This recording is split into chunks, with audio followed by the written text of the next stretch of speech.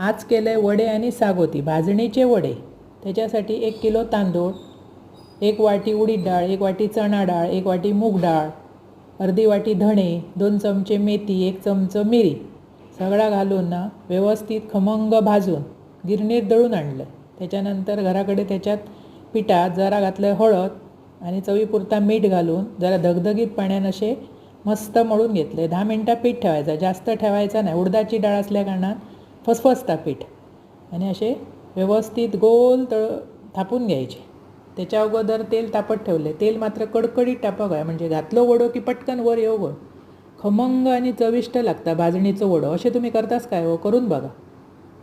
2-2 4-4 सोडायचे। वडो कसं तेलात घातल्यावर गरकन वर येऊ गो, म्हणजे तो ना चविष्ट लागता।